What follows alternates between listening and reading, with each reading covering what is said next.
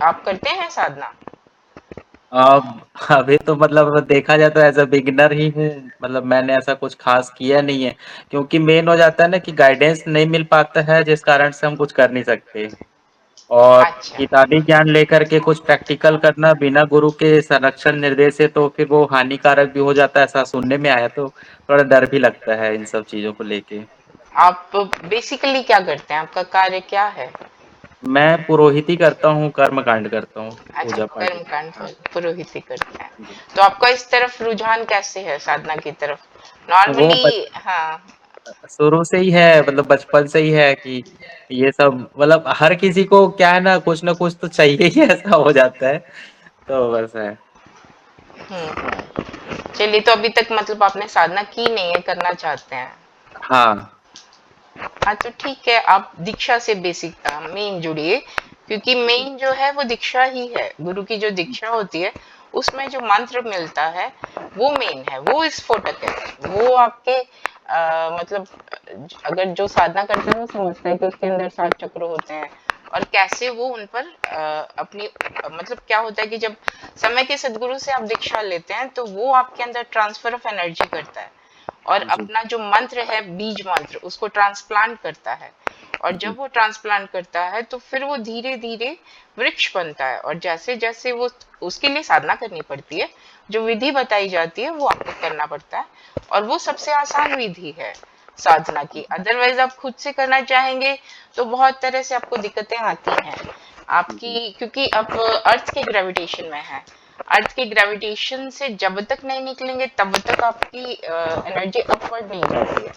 और अपवर्ड नहीं जाएगी तो आपको साधना में कोई अनुभव आएगा नहीं।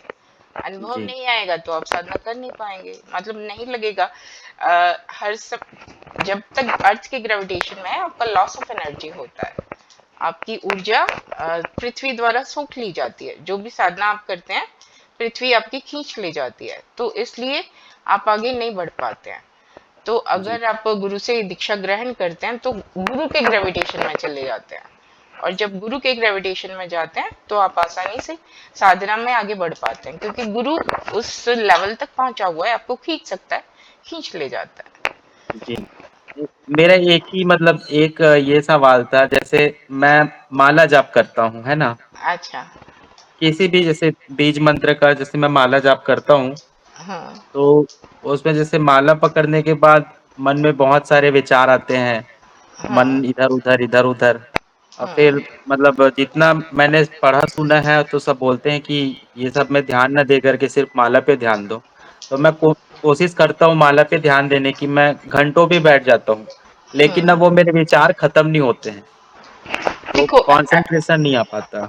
हाँ, वो ठीक कह रहे हो। मैंने कहा ना, जब खुद से करोगे तो नहीं होगा। जब गुरु आपको ट्रांसफर ऑफ एनर्जी करता है, मंत्र देता है, तो उस समय चाहे आपके विचार आए चाहे कुछ आए, जो उसने मंत्र दिया है वो अपना काम करता है।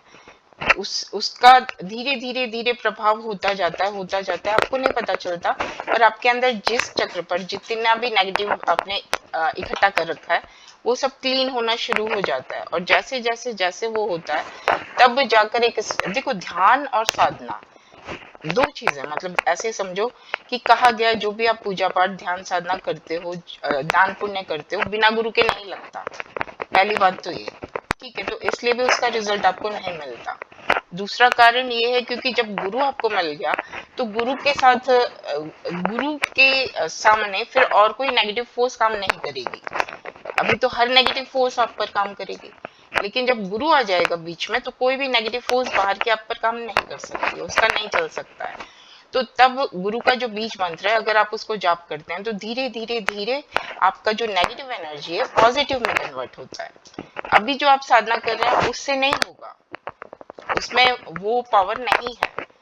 जब गुरु अपनी पावर बीज मंत्र के अंदर ट्रांसफर करता है तब उसमें ये शक्ति आती है कि वो आपकी नेगेटिव एनर्जी को पॉजिटिव में कन्वर्ट करता है। तो तब जैसे जैसे ये होता जाएगा, आप ध्यान करते जाओगे, चाहे आपका ध्यान लगे ना लगे, आप बैठे हो कर रहे हो, तो धीरे धीरे एक स्थिति आएगी कि वैसा होने लग जाएगा। अभी खुद से करने पर नहीं हुआ, क्योंकि जब तक मैं है, मेरा मैं नहीं हटेगा तो मैं अपने ध्यान में जा ही नहीं सकती हूँ। तो वो उस बीज मंत्र की पावर होती है कि वो मेरे मैं को भी डिसॉल्व कर सकता है, मेरे मैं को भी विलीन कर सकता है। और तब मैं, क्योंकि मैं जानती हूँ कि मेरा इसमें कोई रोल नहीं है, जो रोल है गुरु का है, तो नेचुरली मेरा मैं बीच से हट भी जाता है, और हट जाता है तो फिर मैं ध्यान में चली जाती हूँ। तो तब वो स्थिति आती है, ऐसे तो कभी आएगी ही नहीं जिंदगी में। आप चाहोगे तो एक फोर्स, ये तो एक तरह का फोर्स फैक्टर क्रिएट करके आप उस स्टेट ऑफ माइंड में जा रहे हो। वो एक सहज ध्यान नहीं कहलाता, वो तो एक आर्टिफिशियल ध्यान हो जाता है। जब हम अपने मन को कंट्रोल करने की कोशिश करते हैं और सोचते हैं कि हाँ हम थॉटलेस हो गए, वो एक तरह से नेचुरल प्रोसेस नहीं हुआ, वो एक फोर्स प्रोसेस हो गया। वो कभी ना कभी ब्लास्ट करता है, कभी ना कभी लौट कर आता है। तो इसीलिए कहते हैं ना, बाहर जो भी जाते हैं लोग एकांत ढूंढते हैं, हिमालय पर जाते हैं, साधना करने की कोशिश करते हैं कि कोई इंटरफेरेंस ना रहे, लेकिन मन कहाँ जाएगा? मन तो साथ ही आपके अंदर है। और सबसे बड़ा जो बाधक है वो मन है साधना के मार्ग में। इस मन की शुद्धि होती है उस गुरु मंत्र के द्वारा, और जैसे जैसे शुद्धि होती है वैसे वैसे आप ध्यान में आगे बढ़ जाते हैं। ठीक है, तो आप इसीलिए उसकी गुरु की महत्ता इसीलिए, नहीं तो किताबों में सब कुछ दिया हुआ है। बच्चों को हमें स्कूल भी भेजने की जरूरत नहीं है, पर फिर भी भेजते हैं, क्योंकि का से कौआ खा से खरा गुरु ही रटाता है, बच्चा खुद नहीं रट सकता। तो इसीलिए गुरु की जरूरत है। अच्छा, मेरा एक और सवाल था कि आजकल है ना ये मतलब कुछ-कुछ शब्द जो हैं बहुत सुनने को मिलते हैं, जैसे शक्तिपात हो गया, दिव्यपात हो गया और कुछ-कुछ लोग तो ऐसे भी बोलते हैं कि 5 दिन में 4 दिन में आपके सातों चक्र भी जागृत करवा देंगे। ऐसे बहुत सारे मिथ जो हैं आज के समय में बहुत फैले हुए हैं सोशल मीडिया पे, इधर-उधर बहुत सारे जगह पे ये शिविर लगा कर के बोलते हैं कि 2 दिन में 3 दिन में भी चक्र जागृत करवा देंगे और उसके फीस भी लेते हैं और फीस चलो छोटी-मोटी होती है तो ठीक है 25,000 30,000 ऐसे फीस लेते हैं। तो क्या ये सब सही है या फ्रॉड होता है या जो भी आपके हिसाब से? देखो, ज्यादातर तो दुकान है जहां पर भी है, क्योंकि इतना कैपेबल होना सबके बस की बात नहीं है। एज ए आचार्य मुझे भी बहुत सारी पावर्स मिली हुई हैं, ऐसा नहीं है। मतलब मैं आम लोगों से तो ज्यादा ही जानती हूँ, जो जिनकी आप बात कर रहे हो उनसे तो मैं ज्यादा ही जानती हूँ। मैं चाहूँ तो अपनी दुकान खोलकर बैठ सकती हूँ, बट ये सही नहीं है। मतलब जो हमारा फील्ड है वो ऐसा फील्ड है कि यहाँ हम मतलब अध्यात्म से जोड़ने की कोशिश कर रहे हैं, दुकान चलाने की नहीं। जो दुकान चलाएगा नेचुरली वो ये सब करेगा, और उसके पास वो नॉलेज नहीं होती है। क्योंकि मतलब ऐसा होता है, आज गुरुजी ने टीवी पर प्रवचन में कोई चीज बोल दी, अब उसको कोई भी रिपीट करता है। गुरुजी ने एक बार तांडव सिखाया, वो टीवी पर चला गया, बाकी लोगों ने तो उसको दुकान बना लिया। तो इस तरह की बहुत चीजें होती हैं, वो लोग सुनते हैं, उन टर्म्स को पकड़ते हैं और अपने तरीके से उनको एनकैश करने की कोशिश करते हैं। आपके छत्तीसगढ़ के ही एक बार असंग साहिब आए थे गुरुदेव के पास, आप शायद जानते भी होंगे, वो छत्तीसगढ़ के ही हैं, महात्मा असंग असंग देव साहिब। तो वो 2009 में एक बार आए थे, तब वो गुरुजी से बोले थे कि मैं आपको छत्तीसगढ़ का आश्रम देता हूँ, हमारी एक टेक्निक है डिवाइन सीक्रेट साइंस, तो ये आप मुझे दे दीजिए। तो गुरुदेव ने, अब बदले में उनको आश्रम मिल रहा है, वैसे हम फीस रखे हुए हैं 5100 डिवाइन सीक्रेट साइंस की, पर वो बहुत बड़ी टेक्निक है, अगर उनको दे दी जाए तो कल को वो उसका बिजनेस करेंगे। तो इसलिए गुरुदेव ने नहीं दी, कि मैं, हमें दे रहे हैं, हमें 5100 में वो टेक्निक मिल रही है, पर उनको आश्रम देकर भी नहीं दी जा रही। क्यों? क्योंकि वो उसका दुरुपयोग है, वो उसका बिजनेस के। मेरे पास बहुत सारे रेकी मास्टर्स आते हैं, साधना लेते हैं, डिवाइन साइंस सीखते हैं, उसके बाद कहते हैं कि ये तो रेकी से भी बड़ी चीज है। मतलब रेकी जो आप लाखों रुपया देकर सीखते हो, मास्टर्स डिग्री आप लेते हो, उसमें आप लाखों रुपया देना होता है, तब जाकर वो डिग्री मिलती है। और उसके बाद वो रेकी मास्टर मुझसे कह रहा है कि आपसे जो डिवाइन साइंस हमने लिए तो उससे भी बड़ी चीज है। तो हमें उनसे कहना पड़ता है कि भाई ये तुम्हारे लिए है, बिजनेस के लिए नहीं है, अपना आत्म कल्याण करना, इससे बिजनेस मत करना। इसमें बहुत हीलिंग पावर भी है, जो डिवाइन साइंस टेक्निक है उसके अंदर बहुत हीलिंग पावर है, पर उसमें भी हम यही कहते हैं कि दूसरों की हीलिंग के चक्कर में नहीं पड़ना। क्योंकि होता क्या है, सामने वाला हीलिंग तो ले लेगा, बदले में ऐसा कुछ नहीं करेगा, आप पर उसका रोग आ जाएगा अगर नहीं करते हो। ये तो एक्सचेंज ऑफ एनर्जी है, आपने किसी का रोग ठीक किया, अब वो तो ठीक हो जाएगा, उसका रोग आपके ऊपर आएगा, आप झेल पाओगे? तो इसलिए ये इस तरह की चीजें हैं जिनमें अगर आप नहीं दान करते हो या उस हीलिंग का या उस एनर्जी का कुछ पे नहीं करते हो, तो वो फिर आपके लिए नेगेटिव एनर्जी बनकर आ जाती है। तो एक शुल्क रखना पड़ता है, एक्सचेंज ऑफ एनर्जी इसलिए रखना पड़ता है कि वो आपके लिए नेगेटिव एनर्जी ना बन जाए, लेकिन उसका मतलब ये नहीं है कि इसका बिजनेस किया जाए। तो ये मतलब आप जैसे कोई व्यक्ति समर्थ है, कोई तन लगाता है, कोई मन लगाता है, तो कोई धन लगाता है।